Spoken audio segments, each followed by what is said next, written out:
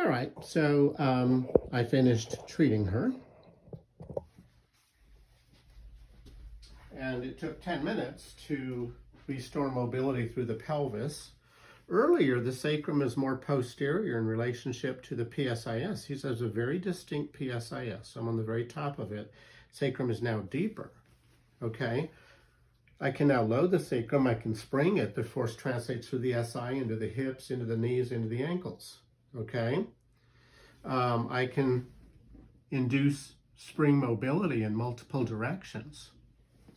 The ligament is softer now, it's more normal because I can give it a little bit of an indent, okay? And I did springing on the upper back and the rib, and that all moves. Let's have you lie on your back. Let me lift your headpiece up. Hold on 1 second. Okay, good, good. All right, so I mobilize the ankle. And prior to that, I couldn't get this spring mobility, but that's now restored. And her range of motion is increased, not by a lot.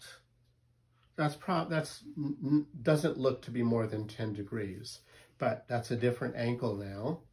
And I'm certainly curious about your upper cervical. And I've had people with headaches with significant increased tone in the upper neck muscles, but I end up treating the lower body, and that just melts. Had a guy with 5 years of headache. Wow. And I treated his ankles and his hips. Bingo, the headaches melted. So I'm going to put this straight. You're now lying straight, and I capture the temples. That's a generous amount of mobility, and I can spring it. You have now spring mobility in the upper cervical. So that's driven by the nervous system.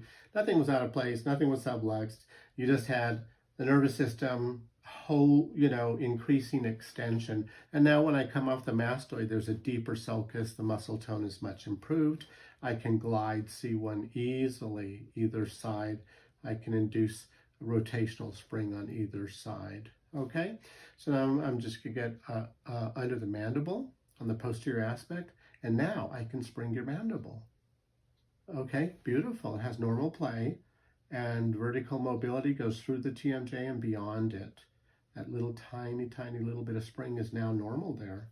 So could I have you sit up and collect your bearings? And then when you're able to, let's have you walk down the hall and back. And then come sit in the chair. I'll keep filming and ask how you feel. And her gait was quite rigid when I first looked at her.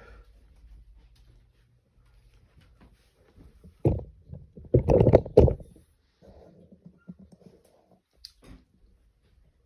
feel like I have more motion through my pelvis. Do you? Yeah. Go one more time. Let me watch. So you feel like you have more motion through the pelvis? Mm-hmm. Nice. You have arm swing now. Your arms were not swinging. So it's a whole body response to just treating the ankles and the pelvis. Okay, so also sit.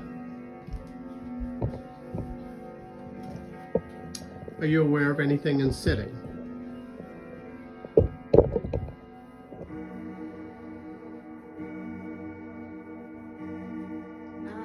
Not yet.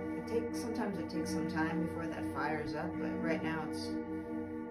I feel like I can sit like this for a while. So you now feel more comfortable sitting. Yeah. Prior to this, you didn't tolerate much beyond 10 minutes of sitting, right? Yeah. And immediately when you sat this morning, you knew that you felt discomfort, right? Yeah, because I've driven here in a car, and that always fires it up. Yep. So it was already, but yeah, so it's definitely calmer, and I can just feel that there's not the tension in it. Good. Good. The QL, normally there's a lot of tension in that. Wonderful. Well, I'll take a look at it again in a moment. It's not unusual for someone to come back 24 hours later and then a different pattern emerges. And that's just normal. Right now we did a huge blast into your nervous system and, many things are relaxed, but over the course of putting stress through the body, you come back tomorrow, we might see something different. And that's a good thing because you get to know what kind of your core pattern is. Mm-hmm. And so we'll stop filming here. I'm encouraged. Yeah, me too. Thank you.